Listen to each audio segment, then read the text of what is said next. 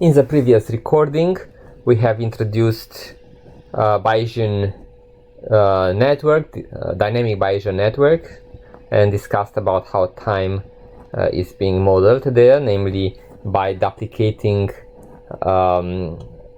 random variables, duplicating the whole Bayesian network once for each time unit in the discretized time. You may ask yourself, well, how large the Bayesian network that's obtained could be, and is it feasible to make computation with such huge Bayesian networks? The observations to make is any algorithm that you can run on a regular Bayesian network can be similarly executed on the new Bayesian network, the one with the duplicated nodes. And more, there exist versions of the algorithms insofar, namely of variable elimination and of for exact computations and for likelihood weighting, for stochastic evaluation, that are particularly efficient when working with dynamic belief networks. Therefore, even if the number of total states is huge, most algorithms or many of these algorithms can make away with it, abstracting the history into a model of the world and reasoning only on a few random variables, the ones in the most recent moments of time. The filtering process that we are going to see now, it's the intent of estimating the probability of the hidden state of the world at a given moment in time, of the current moment in time, t plus 1, given the history of measurements from the beginning of the computation all the way to now. And we are going to see that this can be formalized as a function of the current evidence and recursively of the probability of the previous moment in time given the estimations up to that moment. So this function, this recursive function that we are going to see now, it's called the forward algorithm and achieves filtering.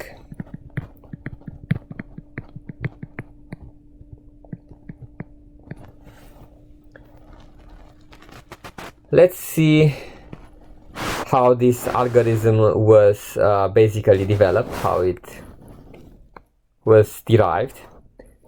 Starting with what we are trying to compute. We are trying to compute probability of the current hidden random variable xt plus 1 given the history of evidences that we have measured from the beginning of time to now. It's a kind of computation we'll do in a partially observable Markov decision process each time we measure something in order to update the belief on which the MDP is defined. This computation is performed in a sequence of steps. The first one is to notice that the sequence of evidences from the beginning of time to now can be decomposed in the current evidence and the sequence up to the previous moment in time. So if we had a Bayesian network starting with x0, xt, xt plus 1, which is the current moment in time, and evidences et, et plus 1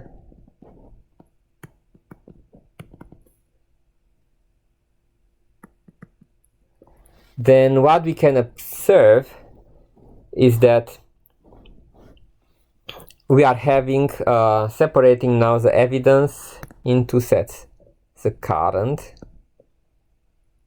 evidence and the history of evidences to the previous moment in time. Looking into what we are trying to achieve here, we are trying to compute the update of the current moment state given the new evidence, and recursively a similar computation on the history. We want to separate the current evidence from the previous history of evidences.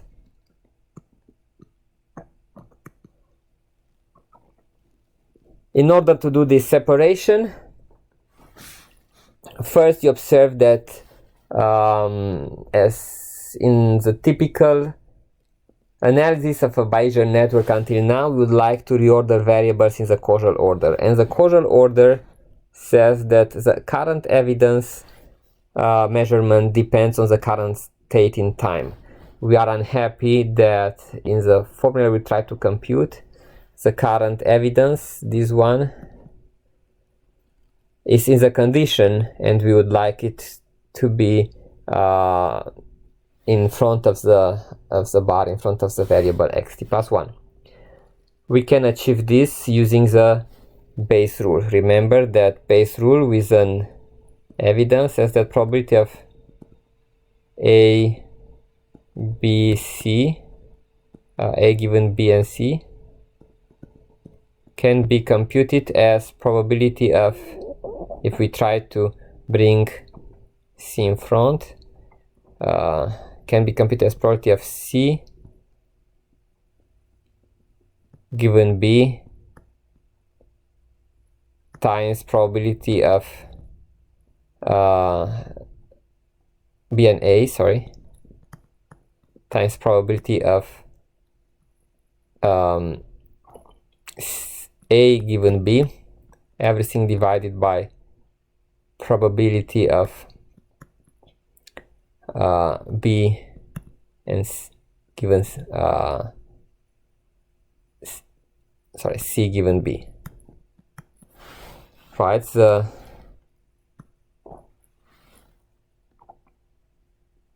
best way to remember this is to remember that since we want to move C in front, B has to always remain after the in the condition, and otherwise we keep the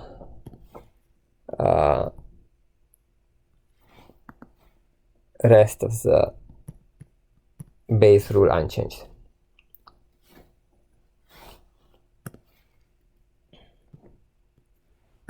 Yes. This was here B and A.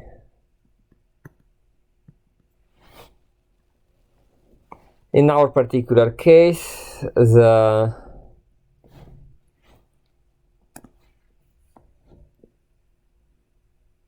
E that we want to bring in front corresponds to the C over there, and whatever is under the fraction, it's changed to an alpha for normalization, and we are going to therefore obtain the formula down where we get this E plus 1 in front given E1 plus 1t and xt1. xt1, it's the equivalent of our A, which comes after the in the condition in the first part, and here we are getting again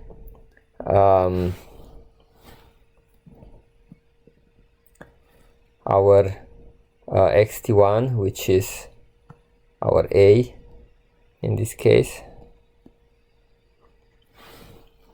while the B, which is xt plus 1, it's coming into the front of the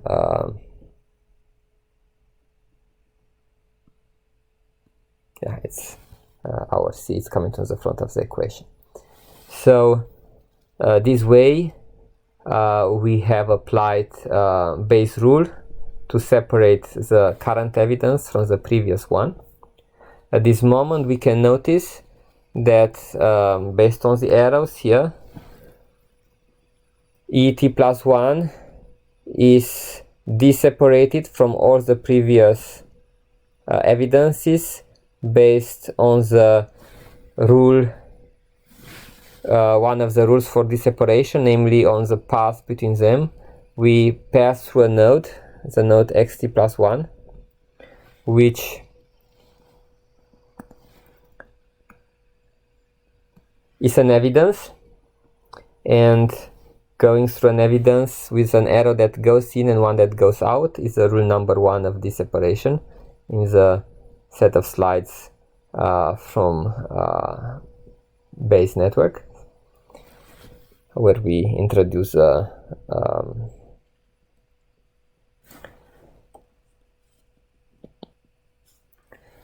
remember this set of slides.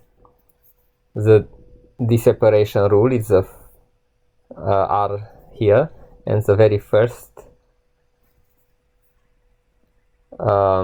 relation on the top, where an arrow gets into an evidence and another one gets out, it's one of the conditions for the variables x and y to be independent. So that's exactly the case we have here.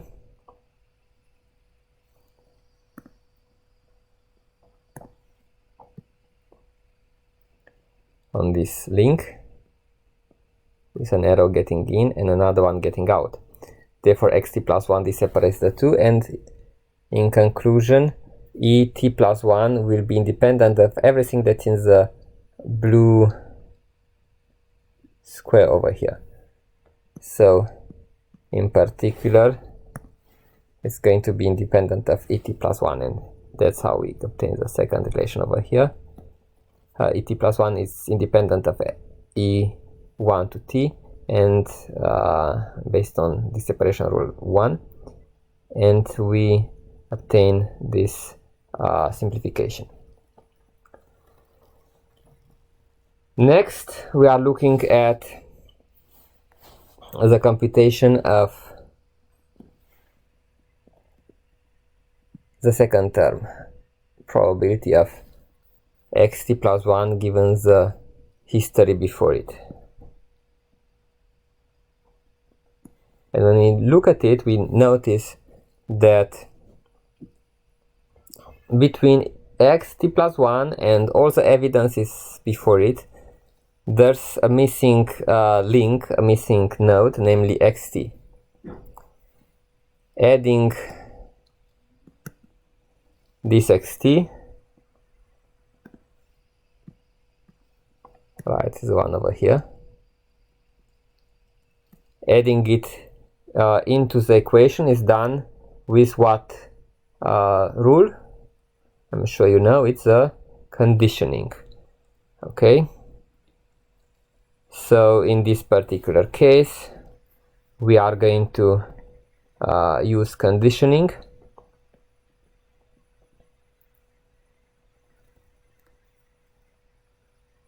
So we replace this with summation over all possible values of xt of the probability of xt plus 1 given xt and et times the probability of xt given et, the evidence from 1 to t. This is the formula probability of A given B equals sum over all possible values of C of probability of A given C and B times probability of C given B. Right, so in our particular case here the C corresponds to xt.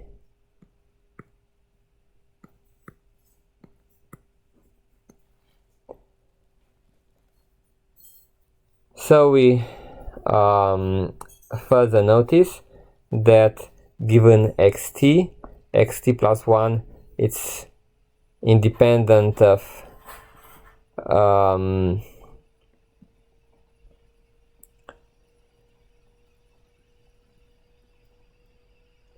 everything that followed before it, so we will be able to remove the evidence from 1 to t in this dependence, and we obtain the final formula for the forward algorithm, namely probability of xt plus 1 given all the evidence before it. It's proportional with probability of the evidence at the current moment given the current state, and the sum over all previous states of the probability of the transition between those states to the current state, and what's more important and interesting is the probability of those states given the evidence before them, which is nothing else but the recursive part of the equation. So this allows us to write the forward algorithm. It's the one to compute the probability of given state, given all the history of evidences, based on the previous ones using the last equation shown here.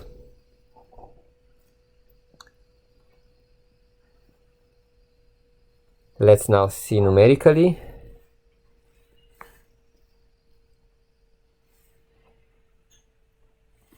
An example,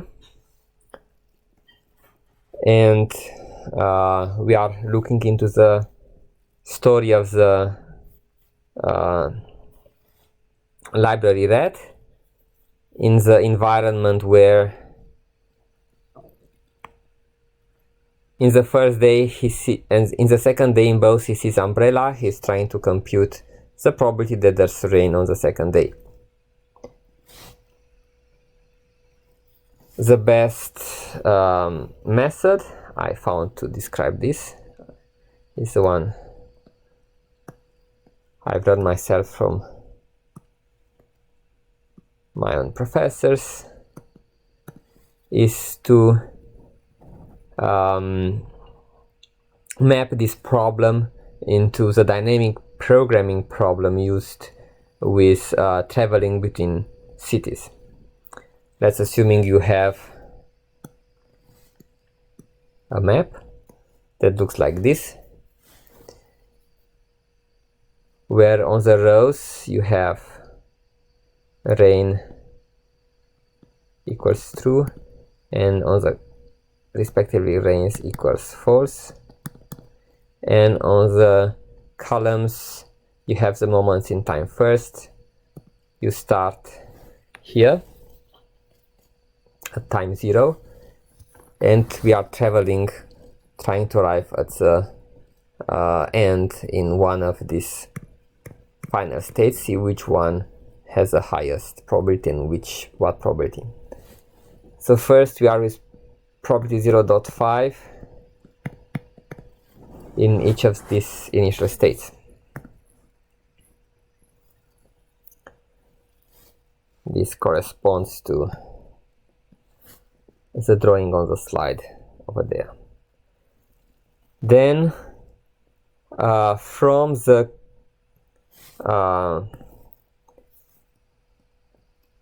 current place in time, we are going to travel to one of the two squares. We can travel to either the square 1 or the square 2.